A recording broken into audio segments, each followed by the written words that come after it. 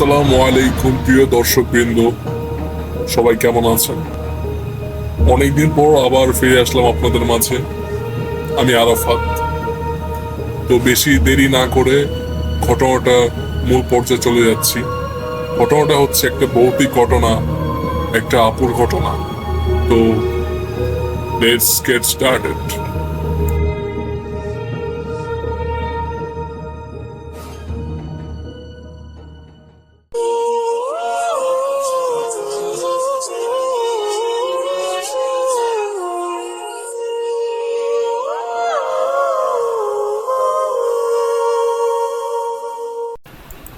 আসসালামু আলাইকুম আরাফাত ভাইয়া, কেমন আছেন? আশা করি আপনি ভালো আছেন। আলহামদুলিল্লাহ, আমি অনেক ভালো আছি। আমি রূপসিনা জাহান। তো ঘটনাটা আমার বাবার সাথে ঘটা। তো একটা বোন, তার ঘটনাটা আমি আপনাদের সাথে শেয়ার করছি। তো ওনার নাম হচ্ছে রূপসিনা জাহান। তো উনি লিখেছেন যে আমার বাবার জীবনে ঘটে যাওয়া ভৌতিক এক কাহিনী। তখন আমার জন্মই হয়নি। আগেকার দিনে সবাই বাইসাইকেল ইউজ করত। তো একদিন বাবা বাইসাইকেলে করে বাড়ি আসছিল। রাত তখন প্রায় 1:20। নিঝুম রাত, বাবা একা একা আসছিল। হঠাৎই অনেক জোরে বাতাস আসতে লাগলো। তার কিছুক্ষণ পর বৃষ্টি নামতে শুরু হলো। বাবার কাছে ছাতা ছিল না, তাই পাশে থাকা এক ভাঙা চালার নিচে দাঁড়ালো। বাবা দাঁড়ানোর সাথে সাথে বৃষ্টি থেমে গেল। তাই বাবা আবার সাইকেল চালাতে শুরু করলো। বাবা সাইকেল চালানোর সাথে সাথে আবার বৃষ্টি নামতে শুরু করে। বাবা সাইকেল চালানো থামিয়ে দেয়, সাথে সাথে বৃষ্টি থেমে যায়। বাবা সাইকেল চালানো শুরু করে বৃষ্টিও থামতে শুরু করে। তখন বাবা বুঝতে পারে এটা সাধারণ কোনো বৃষ্টি নয়। তাই বাবা সেখানে না দাঁড়িয়ে থেকে সাইকেল চালিয়ে চলে আসে। তখনও অনেক বৃষ্টি হচ্ছে। বাবা যত জোরে সাইকেল চালায়, বৃষ্টি তত জোরে আসে।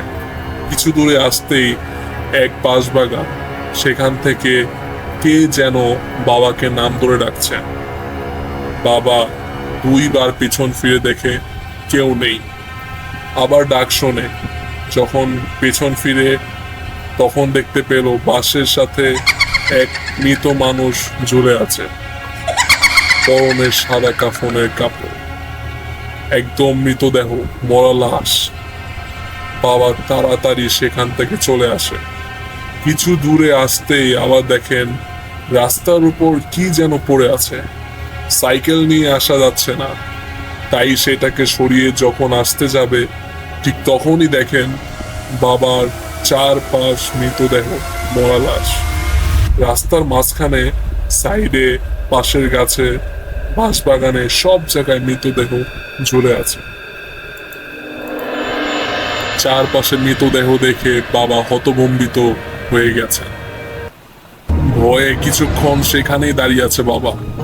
তারপর সেখান থেকে চলে আসতেছিল। কিন্তু বাবা যেই দিকে যায়, মৃতদেহগুলো সেই দিকেই বাবার সামনে ঝুলে থাকে। বাবা বুঝতে পারছিল না যে কি করবে।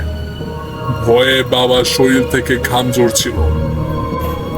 তারপর বাবা সাইকেলটা এক পাশে রেখে বাবা পশ্চিম দিকে মুখ করে দাঁড়িয়ে চোখ বন্ধ করে জোরে জোরে আজান দিতে থাকে। আজান শেষ করে যখন চোখ খোলেন আর চারপাশে তাকান, তখন দেখেন আশেপাশে কিছুই নেই। বৃষ্টি থেমে গেছে, সবকিছু স্বাভাবিক। তারপর বাবা তার সাইকেল নিয়ে সেখান থেকে চলে আসেন বাড়ির উদ্দেশ্যে। বাবা যতই সাইকেল চালিয়ে আসছেন, ততই যেন রাস্তা আরো বেড়ে যাচ্ছে। ভয়ে ভয়ে বাবা অবশেষে বাড়িতে চলে আসে। বাড়ি আসার পর কিছুদিন খুব অসুস্থ ছিলেন।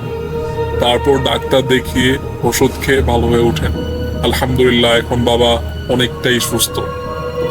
ধন্যবাদ এতক্ষণ এই গল্পটা পড়ার জন্য। আল্লাহ না করুক যদি আপনারা কখনো কোনো জিনের খপ্পরে পড়েন, তাহলে ইনশাআল্লাহ আয়াতুল কুরসি পড়বেন, তাহলে আপনাকে কোনো ক্ষতি করতে পারবে না। আর আরেকটা কাজ করতে পারেন, বাসা থেকে বের হওয়ার আগে 3 কুল পড়ে নিতে পারবেন। তিন কুল পরে নিবেন। এক হচ্ছে সূরা ইখলাস 3 বার, সূরা ফালাক 3 বার, সূরা নাস 3 বার। এই তিনটা একসাথে পড়ে 3 বার করে একসাথে পড়ে তারপর শরীরে ফুঁক দিবেন 3 বার করে পুরো শরীর। ইনশাআল্লাহ জিনের কোনো আসর আপনার উপরে পড়বে না, ইনশাআল্লাহ আপনার প্রোটেকশন থাকবে। তো আশা করি আপনাদের কাছে এই ঘটনাটা ভালো লেগেছে। যদি ভালো লেগে থাকে অবশ্যই চ্যানেলটা লাইক, কমেন্ট, সাবস্ক্রাইব করতে ভুলবেন না। সবাই ভালো থাকবেন, সুস্থ থাকবেন। আল্লাহ হাফেজ। আসসালামু আলাইকুম।